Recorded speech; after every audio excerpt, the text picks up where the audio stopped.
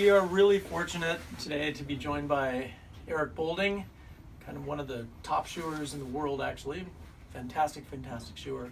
And been a friend of mine, a personal friend of mine for many, many years. We started our businesses together, and here we still are, which is awesome. I know on a lot of young horses, you use an inch slider as opposed to a larger shoe. Why is that? Or even a 3/4 inch plate when you start them. Why is that? As 2-year-olds, we start them out with 3/4. Basically, they don't need to be scared. They need to be encouraged to stop. So all we're doing is giving them a little bit of slip and asking them to use their back and go to the ground more aggressively. As they start to build on that, then we start bumping them up. It depends, like I said, it goes down to confirmation, how much reach they have. Sometimes they go into inch tapers if they're really stepping up well. Sometimes we go straight to 1 inch. Gotcha. It all depends on where I feel they need to be from there. Why would you put a toe weight on a horse? I see that's kind of a popular sliding shoe these days. Why do you use those? Toe weights, there's several different ones. There's 1 inch to 5/16. There's 1.25 to 3/4. I build a lot of my shoes. They're 1.25 to 5/16.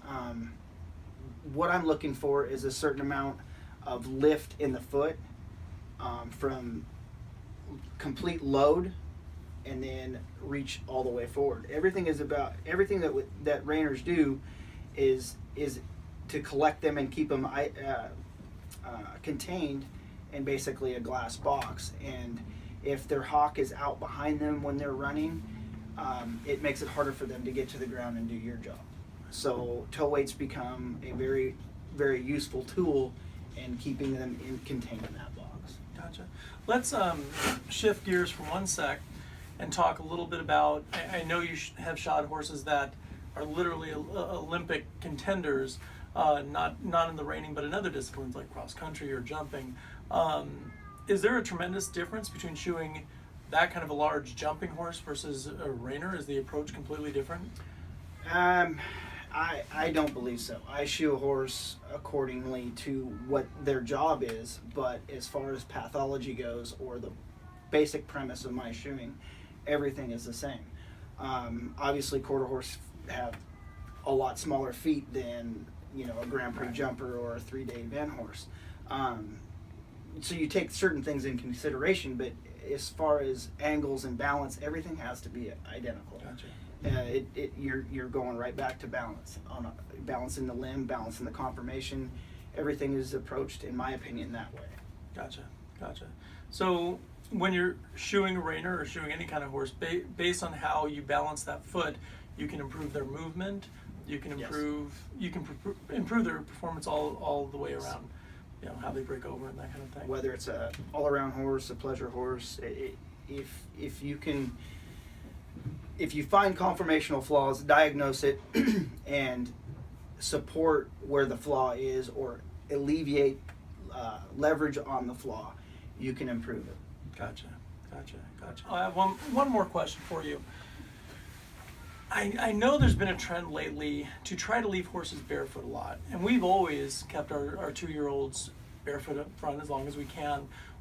What's the advantage to this, and what is the advantage to that quote-unquote natural trimming or natural balance when they trim them that way? I've been a really, really firm about leaving the 2-year-olds and even 3-year-olds as long as we can barefoot. We're asking them to do a job when they're trying to grow the most. Right. They get thrown into a pretty big pond and asked to put their big boy pants on and go to work.